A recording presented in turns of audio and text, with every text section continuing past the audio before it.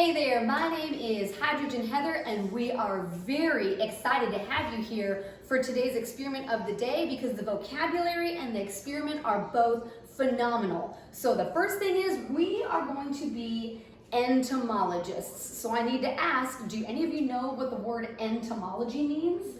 No? Okay, well I will tell you, entomology is the study of bugs. So if we are going to be entomologists today, what are we going to study? Bugs. We are going to study bugs, and then specifically, we are going to be taking a look at these things called pheromones, okay?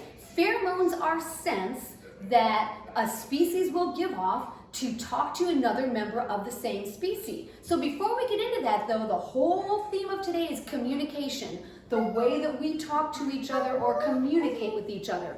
So what I thought would be fun is we actually brought out one of our insects from our laboratory, and what I have here is a hissing cockroach, and I told you that pheromones were a way for insects to communicate with each other, right? It's kind of how they talk to each other, but it's not the only way. We've all heard crickets chirping, we've all heard cicadas in the tree. Well, this cockroach here has a very unique way of communicating, and I hope that you hear this on camera. We're going to be very quiet, and I'm going to give this cockroach just a little bit of a tap, and we're going to see if the cockroach talks to us or communicates with us. Did you hear that? Okay, now, I'm not sure that you heard that on camera, and I did not hurt this bug. We take very good care of it. But I gave it just a little bit of a tap on its abdomen, and in return, it just did it again. It gave us a little burst of a hiss right back at us. It was communicating with us. But here's why we're going to bring that in. This is not the same species as this. So we communicated with each other, but we know it's not a pheromone because number one, there's no smell. Number two, he was communicating with us and we are not the same as him. So let's get into the pheromones.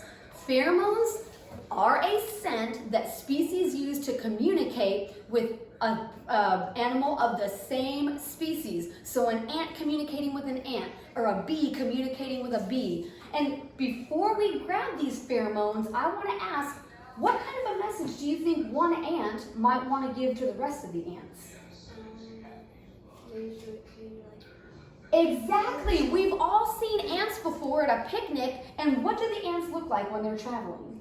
They're like in a line. They travel in a line. Well, as they're traveling in a line, they're laying down these things called pheromones, and those pheromones can be smelled by all the ants, and the pheromones say, hey, the food is this way. So not only do they follow each other, but they're communicating with their pheromones. So I am going to be a bug, and I'm going to let off some pheromones, and all I want you to do is tell me if you smell anything. Don't tell me what you smell, I just want you to tell me if you smell anything. Are you ready?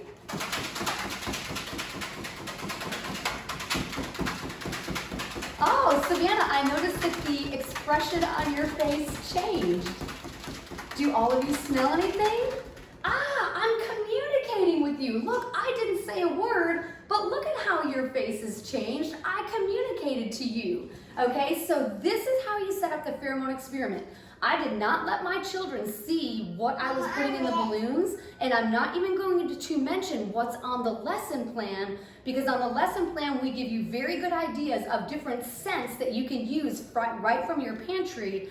And I think it's more fun if the children don't know what they are. So that's how we convey the concept of pheromones. But now let's play the pheromone game. We're going to see if we can identify, okay? So Daniel, you're first. I want you to shake that balloon again, just like I did.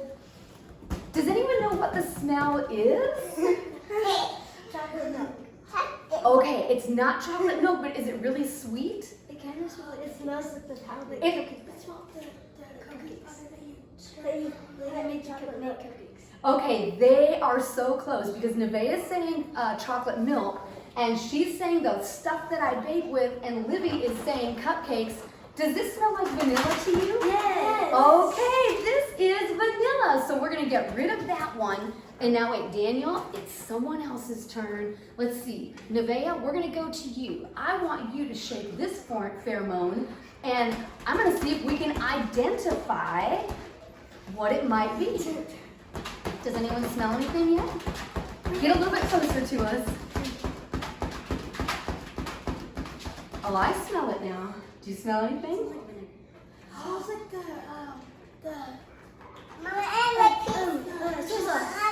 Oh, okay. Now, here's what may happen when you do this.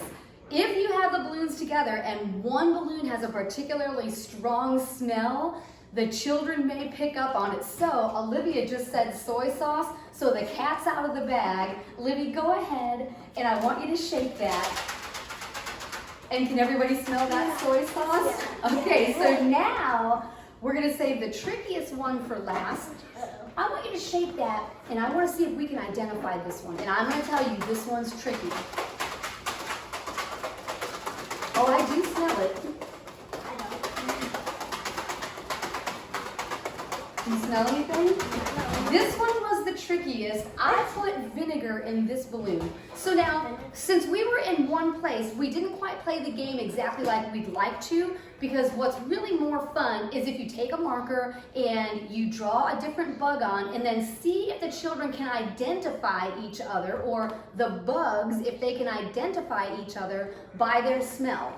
And one final note as far as supplies and setup go, you may not have a pipette in your home, but you may have an eyedropper, and just like we did a few days ago with a different experiment, it turns out that sometimes with medicines, they will come with a small syringe, and that's how we load the pheromones into all of our balloons. Now, I'm going to end with a very, very tricky question, okay? Can anyone tell me what a skunk uses to scare off predators?